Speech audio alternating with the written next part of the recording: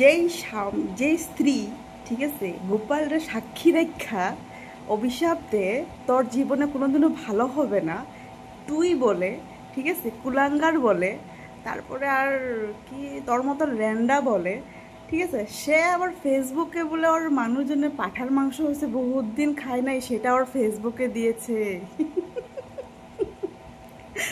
মানুষজনে মানুষজনের বাইরে থাকলে কি নিজের আঙ্গুলটা কামড়ায় কামড়ায় খায় নাকি? হ্যাঁ, তুই জানোসই না।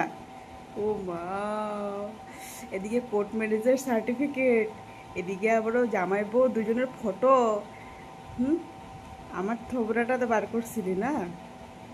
তোর জামাইয়ের নামটা কইয়া দেবো নাকি পাবলিকলি? সুমন মল্লিক পাল্টা তো বহুত জুড়ে জুড়ে চিল্লাইয়া কইছিলি, তোর জামাইয়ের নামটাও আমি চিল্লাইয়াই কমু এভাবে।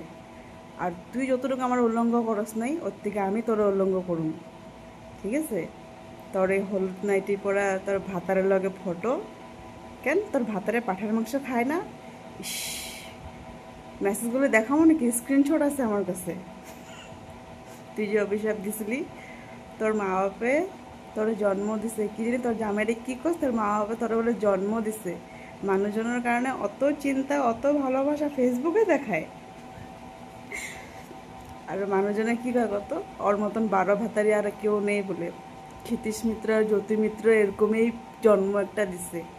মহিলা, সতী সাবিত্রী।